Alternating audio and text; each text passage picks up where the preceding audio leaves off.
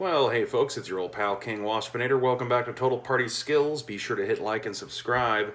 I thought I'd start off doing a brief, limited series talking about role-playing game books that I have not only read and are reviewing, or have skimmed through and reviewing because they're brand new and I had just got my hands on them and just wanted to get out some first thoughts.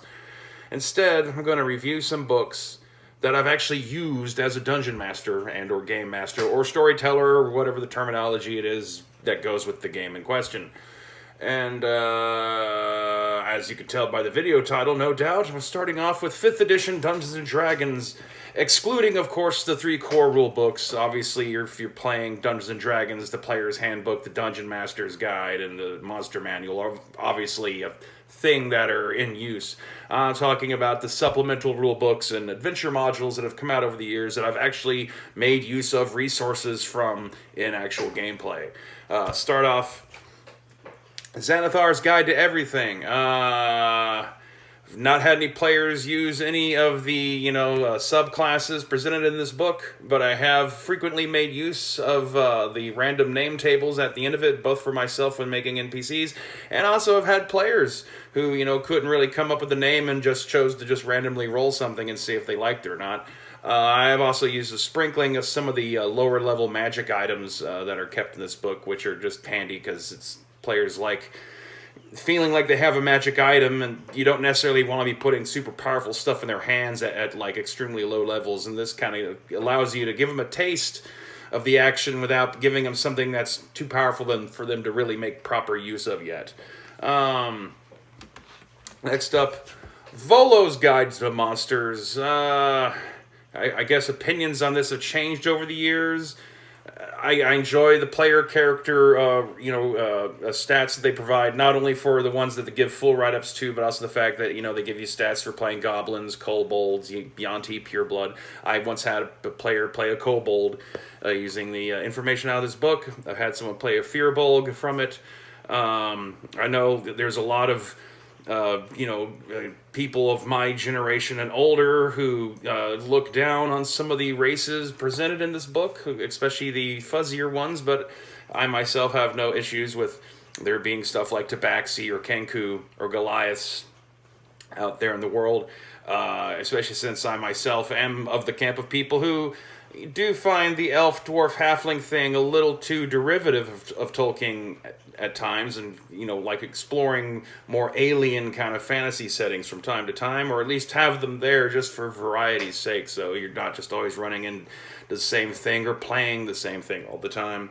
Of course, in the years since this has come out, there's been updates on D&D Beyond about how you got to scrub some of the text out of this about orcs and some of the other villainous races, which I on its surface, I mean, like the basic dynamics of a role-playing game, you kind of do need, bad guys, and you shouldn't have to go into a super amount of detail and thought, since on some level there is a version and a way to play D&D where you're mostly just, engaging in just kind of mindless combat. That's part of the fun for some people, and even if you're having a really detailed, plot-heavy kind of game style, you'll still have your combat sequences, and just it's a nice shorthand that some things are just always going to be bad, and it gives you some kind of little bit of reference. The thing I didn't like about it is that little bit of reference it gives about the behaviors of certain creatures like gnolls and mind flayers and goblinoids and all that kind of stuff,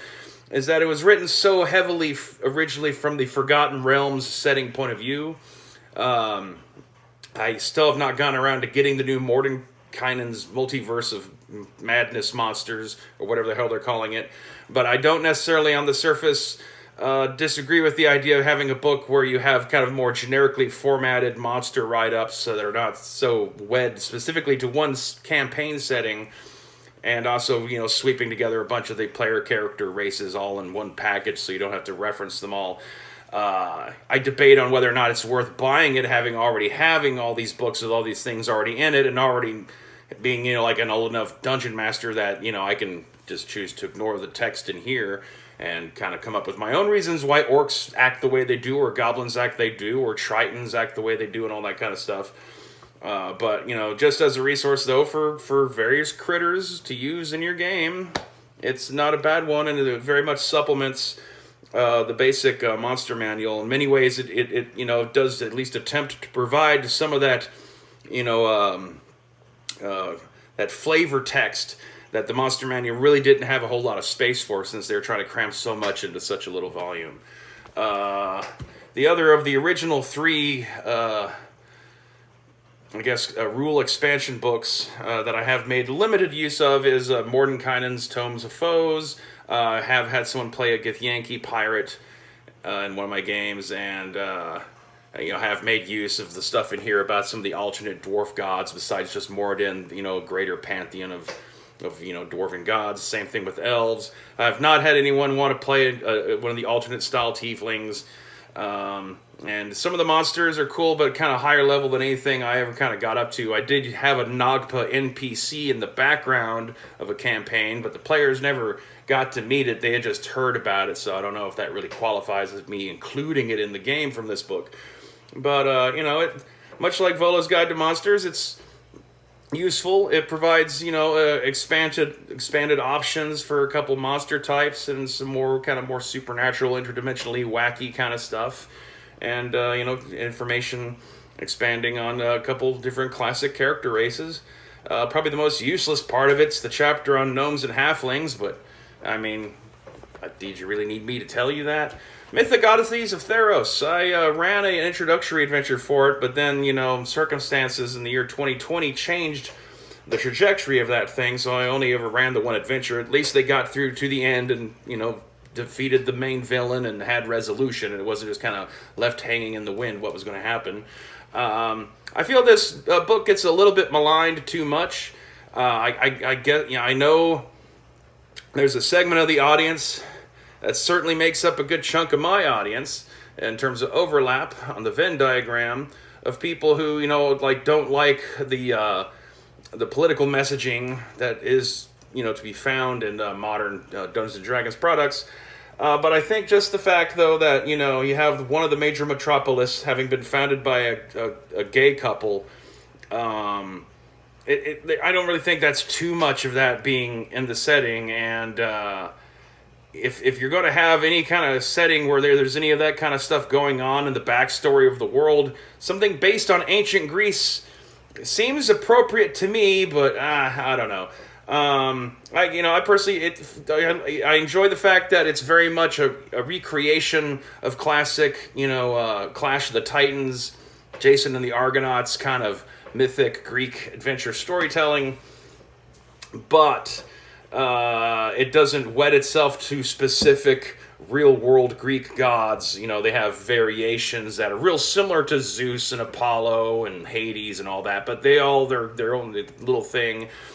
It is real easy to reconvert all that back over to actual Greek gods. I like the idea that the player characters on top of their race and class are also kind of somehow a chosen representative of one of these gods, and some of the supernatural gifts that they make available for the characters that way are interesting and seemed interesting in play. If I have any complaint about it is that I wasn't able to continue on with the second adventure and see if we could actually have gotten a campaign going off of it.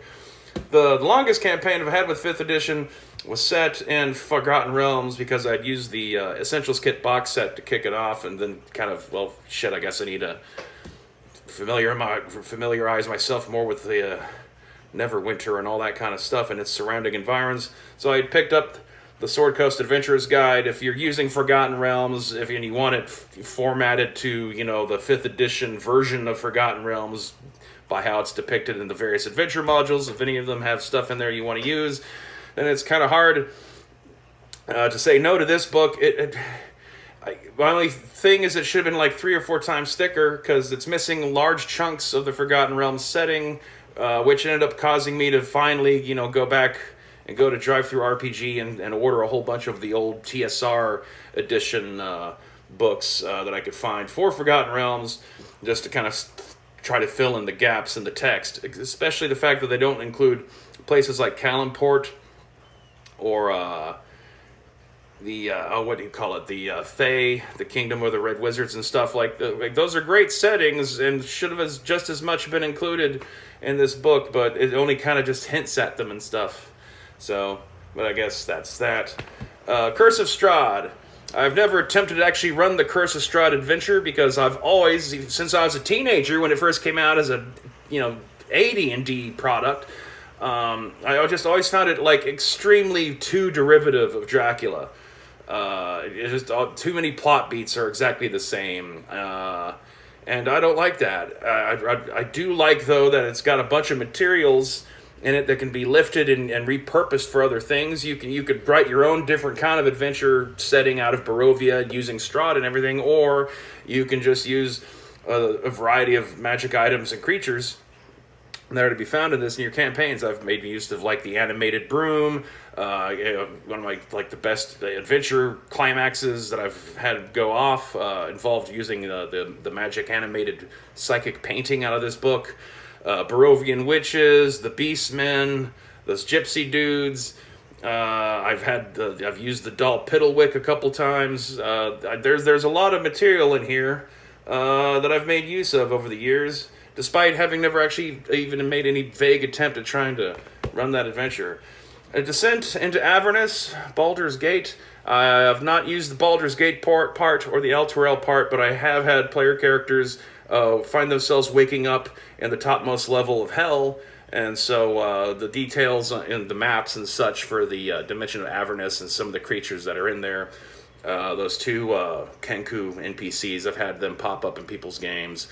And, so for that, it was solid. Once again, though, as you see, there might be a running theme with 5th edition's adventure modules. I use them for resources or for setting information, but I tend not to really go too far into actually using their published adventure as writ. The closest I probably got to that would be Princess of the Apocalypse. I'd kind of backdoor wove it into the Essentials Kit Dragon of Icefire's Peak adventure as it started to go more than a couple of months and was turning into a proper campaign, and then so I needed things for it to build to, so I started to intrude things like having the characters get their hands on one of the devastation orbs from out of here, and also had a couple of encounters with the water cultists out of this book, but didn't get too much further than that. In a similar fashion, and in that campaign, I'd use the Tyranny of Dragon books, Rise of Tiamat, and especially Horde of the Dragon Queen, just to kind of have some sort of events that are going on in the immediate past before the adventure starts, and as the adventure continues, just to kind of create the idea, the rumors and news that the characters hear as they're going about and listening to rumors and talking about people. That way that it's not just kind of a static world that's motionless while they're wandering around interacting with stuff. I used that adventure to kind of cue up what was going on actively in the background in the greater, politics and zeitgeist of the world. And that's about it. Perhaps I might do a review of the books that I haven't used yet, that I've accumulated over the last couple of years while largely not playing Dungeons & Dragons, but concentrating instead of making stupid YouTube videos for hostile people because I'm hostile and crazy. So anyway, hit subscribe. Later on, I might do, I guess for the next one of these Rifts books I've actually used when actively running Rifts. We'll see. I haven't quite decided yet.